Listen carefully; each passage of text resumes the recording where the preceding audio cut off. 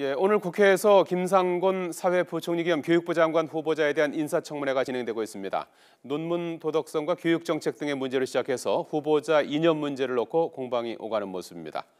이런 가운데 국민의당은 대선 의혹 조작 사건에 대한 중간 조사 결과를 내놨습니다. 이준서 전 최고위원이 의혹 발표 전 조언을 구하려고 이유미 씨의 카톡 제보를 박 전 대표에게 문자 메시지로 보냈지만 당시에 박 전 대표가 사용하지 않던 휴대전화로 보내서 인지하지 못한 것으로 보인다고 밝혔습니다.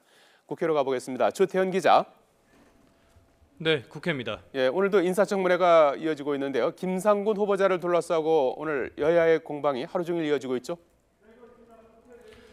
네, 오늘은 김상곤 사회부총리 겸 교육부 장관 그리고 조명균 통일부 장관 후보자에 대한 인사청문회가 동시에 진행되고 있습니다. 하지만 역시 관심은 김상곤 후보자에게 쏠려 있는데요.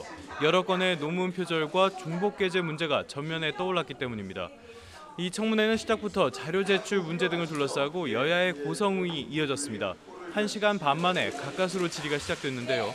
질의에서도 야당 의원들은 김 후보자가 석사 논문 130여 곳, 박사 논문 80여 곳을 표절했다며 교육수장으로서의 자격이 없다고 몰아세웠고, 여당 의원들은 표절로 단정할 수 없다며 인격 모독이자 명예훼손이라고 맞섰습니다. 박사 논문 표절 의혹에 대해 김상곤 후보자는 당시 학계 상황을 고려해야 한다며 학자로서의 양심을 걸고 표절은 아니라고 강변했습니다. 여기에 자유한국당 의원들은 김 후보자가 과거 한미동맹 폐기나 주한미군 철수 등을 주장했다며 이념적으로 편향돼 있다는 색깔론을 다시 한번 꺼내들었습니다. 이에 대해 여당 의원들은 구태의연한 혐오 발언에 불과하다고 야당을 질타하면서 여야 간의 공방이 되풀이돼 질의가 전체적으로 지연되고 있습니다. 이런 가운데 정책 질의도 이어지고 있습니다. 특히 외고와 자사고 폐지 문제가 도마 위에 올랐는데요.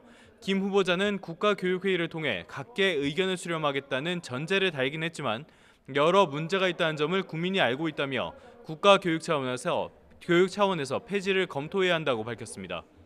일단 김상곤 후보자에 대한 청문회는 오늘 밤 늦게까지 이어질 전망입니다.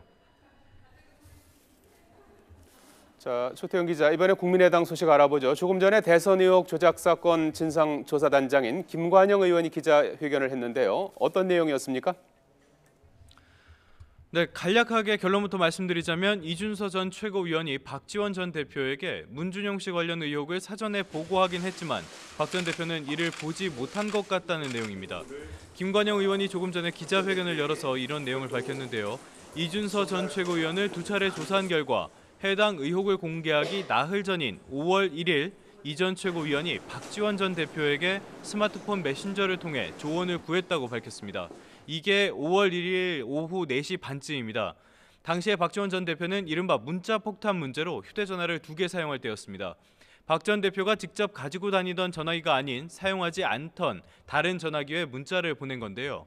문제가 된 전화기를 대신 가지고 있던 비서관이 박 전 대표에게 전달하지 않은 것으로 파악됐다고 설명했습니다.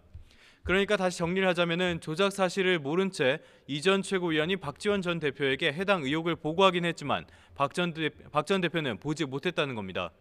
김관영 의원은 해당 비서관이 당시에 문준용 씨에 대한 의혹이 매일 제기되는 상황이어서 일상적이라고 생각해 보고하지 않았다고 답했다고 설명했습니다. 그리고 공명선거 추진단장이었던 이용조 의원은 본인 선에서 다루는 것이 맞는 일이라고 생각해 당 지도부에 보고하지 않았다고 설명했습니다. 다만 이는 중간조사 결과에 불과합니다. 따라서 당 차원의 최종 진상조사 결과가 발표까지는 조금 더 시간이 필요할 전망입니다. 지금까지 국회에서 YTN 조태현입니다.